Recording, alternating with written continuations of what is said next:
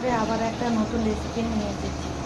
পটল ভর্তা করব, তার জন্য পটল নিয়েছি, নিয়ে প্রেসারে দিয়ে দিলাম পটল আর টমেটো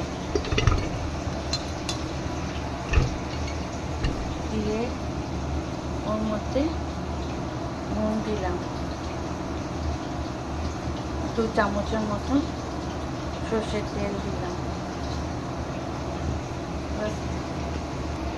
এবার সামান্য একটু জল দিলাম, বেশি জল দেবো না, দিয়ে প্রেসারে সিটি মেরে নিচ্ছি। দেখো পটল সেদ্ধ হয়ে গেছে, এবার একটা বাটিতে ঢেলে নিচ্ছি। এবার একটুখানি ঠান্ডা হোক।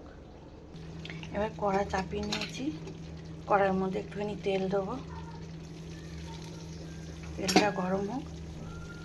তেল গরম হয়ে গেছে, ওর মধ্যে শুকনো লঙ্কা আর রসুন ভেজে নেব। রসুন দিয়েছি 8-10টা কোয়া, আর 3-4টে শুকনো লঙ্কা ভেজে নিচ্ছি। রসুন লঙ্কা ভাজা হয়ে গেছে, এবার তুলে নেব। দেখো তুলে নিয়েছি। ওই তেলটার মধ্যে আরেকটু সামান্য তেল দেবো, দিয়ে ওর মধ্যে পেঁয়াজ দিয়ে দিচ্ছি। পেঁয়াজটা ভাজা ভাজা হোক। এবার পটলটা একটু ম্যাশারে করে ম্যাশ করে নেব, বেশি করব না, হাফ হাফ রাখবো, পটলটা একটু কচা কচা থাকে যেন। দেখো কত জল বেরিয়েছে। এবার রসুন আর লঙ্কাটা ভালো করে মেখে নেব।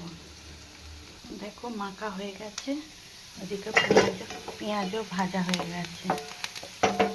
এবার এটা ম্যাশ করে রেখেছিলাম, এই যে 8 ঘন্টা করে, এটা ওর মধ্যে দিয়ে দেবো,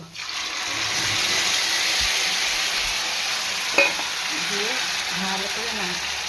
দেখো নাড়া হয়েছে, ভাতটা জল শুকিয়েছে। এবার একটু হলুদ গুঁড়ো দিয়ে দেবো,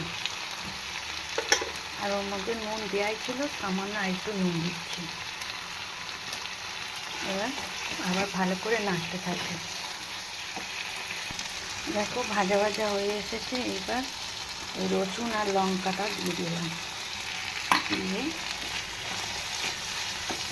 ভালো করে নেড়ে তারপরে নামিয়ে নেব। একটু ভালো করে নেড়ে নিই। দেখো একদম ঢেলে নিচ্ছি। দেখো একদম রেডি হয়ে গেছে পটলের ভর্তা। ভালো লাগলে একটা